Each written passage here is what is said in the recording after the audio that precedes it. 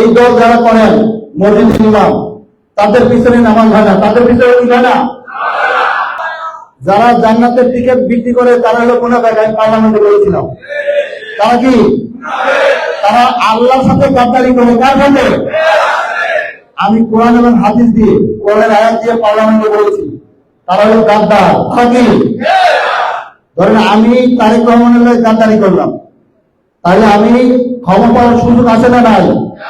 আল্লাহর কাছে ক্ষমা চাওয়ার সুযোগ আছে না নাই? কিন্তু আল্লাহর সাথে যদি আমি গাদ্দারি করি, ক্ষমা পাওয়ার কোন সুযোগ আছে?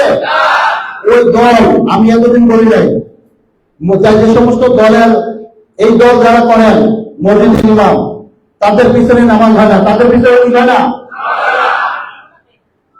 আমি কিন্তু টিভিতে বলতেছি কথাটা। কোথায় বলেছি? আমার এটা কিন্তু টিভিতে কাস্টিং হবে। যে সমস্ত ইমামরা ওই দলটা করেন, তাদের পিছনে নামাজ পড়লে নামাজ হবে না। কারণ কি? এটা কে বলে? এটা কোরআন এবং হাদিস বলে, আমি বলি না কিন্তু। কারণ কি? একজন মুনাফিক হবে, মুনাফিকের স্থান আল্লাহ দিয়েছে জাহান্নামের সর্বশেষ স্থান, কাফেরের নিচে। কোথায়? আপনারা বলবেন না, আপনার তো এই ব্যাপারে জ্ঞান আপনার নাই। জন্য একজন মুনাফিকের স্থান হবে জাহান্নামের সর্বশেষ স্তর, কাফেরের নিচে।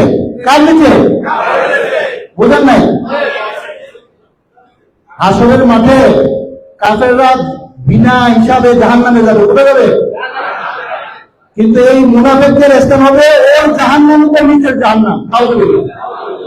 তাইলে যদি কোন মসজিদের ইমাম যদি দলটা করেন, তাহলে আপনার স্থান হবে জাহান্নামের সর্বশেষ স্তরে, এবং তার পিছনে নামাজ পড়লে নামাজ। আমি কিন্তু পৃথিবীর সব আলেমরা কথা শুনবি, কিন্তু মনে রেখেন। আমি কিন্তু বলছি, আমি যে কথাটা বলছি, এই যে গুলশানের এই অডিটোরিয়াম, এটা কিন্তু মিডিয়াতে যাচ্ছে। সারা পৃথিবীর যত আলেম আছে সকল আলেম কিন্তু শুনবে, এবং তারা কিন্তু, আমি যদি মিথ্যা হয় তাহলে কি মিথ্যা প্রমাণিত করবে না? করবে না? করবে না? আমি জেনে শুনে কি এই কথাটা বলবো?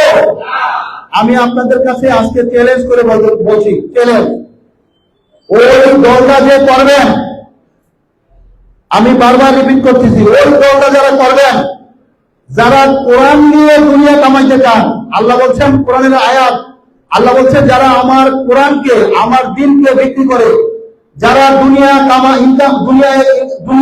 লালায়িত, দুনিয়া আকাঙ্ক্ষিত, দুনিয়া চান, তাদের জন্য পৃথিবীতে শাস্তি এবং আখিরাতে কঠিন শাস্তি হবে। এটা কার আয়াত? কোরআনের আয়াত।